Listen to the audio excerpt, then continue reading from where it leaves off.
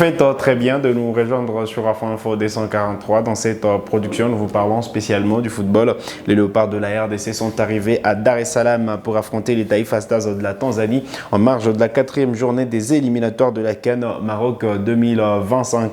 La rencontre est prévue ce mardi 15 octobre au Benjamin Mkapa Stadium à partir des 13h JMT. Restez avec nous, on revient avec beaucoup plus de détails.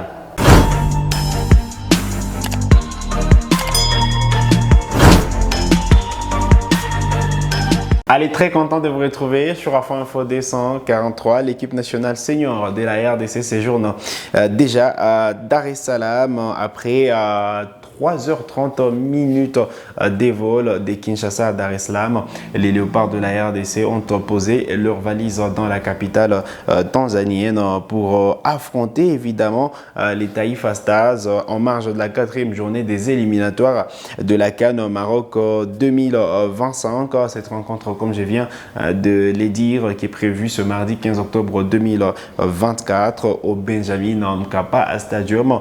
13h JMT, 15h de Lubumbashi, 14h de Kinshasa. Voilà donc le programme des 7 affiches de la 4e journée. Les Fauves Congolais auront pour mission d'arracher la qualification déjà à partir de la rencontre de ces mardis parce qu'ils ont 9 points au classement. En cas de victoire, les Léopards seront logiquement d'office qualifiés pour la prochaine Coupe d'Afrique des Nations. Un point aussi pourrait qualifier déjà à partir de ces mardis l'équipe nationale de la RDC. 24 jours au total compose la délégation des Congolais. Vous le savez, il y a Timothy Fayulu qui a été remplacé par le portier de Maniema Union, Bridel Efongue. Et donc Bridel fait partie de la délégation qui a quitté Kinshasa hier dans la soirée. Donc va honorer sa première sélection en équipe nationale de la RDC après la blessure de Timothy Fayulu. On va après revenir sur la liste de joueurs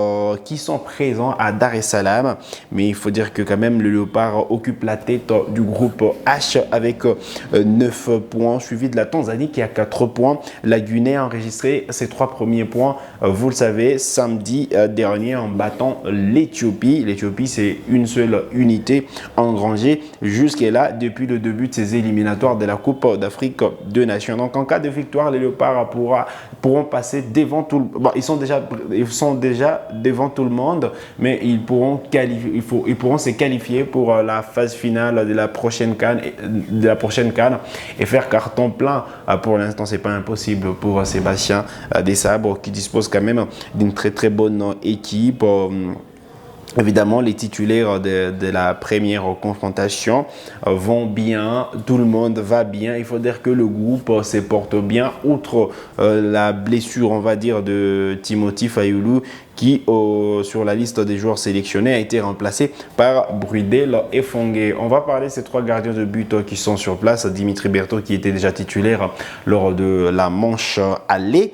Lionel Mpassi est bel et bien là et Bridel Efongue. Voilà donc la liste de ces 3 gardiens de but qui font partie de la délégation congolaise. On retrouve évidemment de Gédéon Kaloulou, on retrouve évidemment Peter Kioso, Joris Kayembe, Arthur Maswaku, Dylan Batubinsika, Rocky Bouchiri Inongabaka et Chancel Mbemba. Voilà donc les défenseurs qui font partie de la délégation congolaise présente à Dar es Salaam pour affronter les Taifa Stars de la Tanzanie. Au milieu de terrain, évidemment, on retrouve Edo Kayembe, Charles Piquet, Samuel Mutusami, Noah Sadiki, William Balikwisha, Gaël Kakuta, Théo Bongonda, Nathanaël Mboukou et enfin Mecha Kelia. Voilà donc les milieux de terrain appelés par Sébastien Desabre, ou du moins qui accompagne l'équipe nationale de la RDC dans la capitale tanzanienne. On rappelle que Shadrack Akolo avait déclaré forfait juste avant la trêve internationale. Il n'était pas présent lors de la précédente sortie. Et donc voilà, il ne fait pas partie de la délégation congolaise logiquement. Allez, côté attaquant, on retrouve Simon Bonza, Samuel Essandé, Silas Katompa et enfin Fiston Kalala Mayele. Voilà donc les joueurs congolais qui sont présents à Dar es Salaam et qui vont devoir sortir les grands jeux. C'est mardi 15 octobre face au Taifa Stars de la Tanzanie. Je le disais, l'objectif reste la qualification. Il faut tout faire pour battre les Taifa Stars de la Tanzanie et valider les tickets qualificatifs à temps. Revenir au mois de novembre avec la qualification en poche, avec possibilité de tourner, d'utiliser les joueurs qui ne jouent pas, qui n'ont pas beaucoup de minutes en équipe nationale de la RDC. Et donc, on va voir ce qu'il va nous présenter Sébastien Desabre ce mardi. Alors, quel est le programme de ce lundi 14 octobre 2024? Il faut dire que les Léopards sont déjà à Dar es Salaam. Aujourd'hui, ils vont effectuer la séance de reconnaissance de l'heure de jeu à partir des 16h de Kinshasa parce qu'ils vont sortir de leur hôtel à 15h30 minutes. Et la rencontre, selon le programme que nous avons pour l'instant, c'est à 15h de la partie orientale de la RDC, 14h de Kinshasa demain. Donc voilà les programmes pour aujourd'hui. Les Léopards qui pourront s'entraîner à partir des 16h. Ils vont quitter leur hôtel à 15h30 minutes pour arriver au Benjamin Mkapa Stadium. Sébastien Desabre, du moins, devrait être en conférence de presse pour justement les grandes annonces avant la confrontation de ce mardi. Donc voilà, on reviendra vers vous demain pour les réactions d'avant-match. On reviendra également sur la présentation de cette nouvelle affiche. Allez, on va changer de chapitre pour parler du championnat national de football de la première division. Il y avait des matchs le week-end et hier, cette rencontre entre l'AS Vita Club de Kinshasa et la F11 Vert. Vita Club a été tenu en échec par cette formation vert et blanche. Mbaya Manzewa a marqué à la 16e minute alors que Vita Club a égalisé à la 24e minute, déjoué par Matondo Luamba. Et donc voilà, Vita Club de nouveau tenu en échec en championnat national alors que l'OC Renaissance s'est imposé 1-0 devant l'AS Rangers.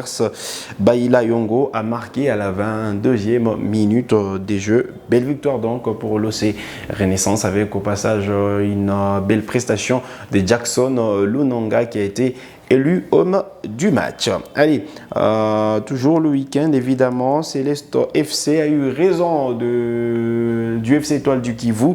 2-0 alors que la JS Groupe Bazano avait chuté 1-2 devant la formation du FC Tanganyika. L'US Panda avait été battu par l'AS Malolé 0-2. Béa et Richard Kalombo étaient les buteurs côté Malolé, le promu Malolé qui entame de la plus belle de manière cette nouvelle édition, la 30e édition du championnat national de football de la première division, la Illico Cash Ligue 1. Voilà donc l'essentiel à retenir en ce qui concerne le football en République démocratique du Congo. On reviendra vers vous, évidemment, on vous parlera au cours de la semaine de ce tournoi des détections qui a eu lieu à l'est de la République démocratique du Congo, précisément dans la ville de Goma.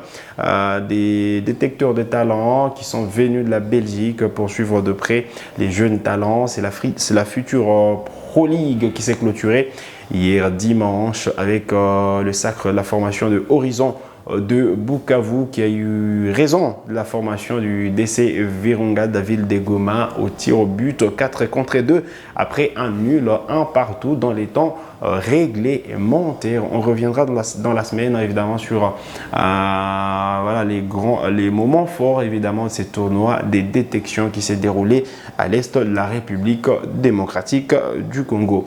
Voilà qui met un terme à cette production sur Info 243. Vous êtes nouveau ou nouvelle à la chaîne, cliquez sur s'abonner, activez la cloche des notifications pour ne manquer aucune de nos prochaines publications. Likez cette vidéo si elle vous a plu et merci de nous avoir suivis.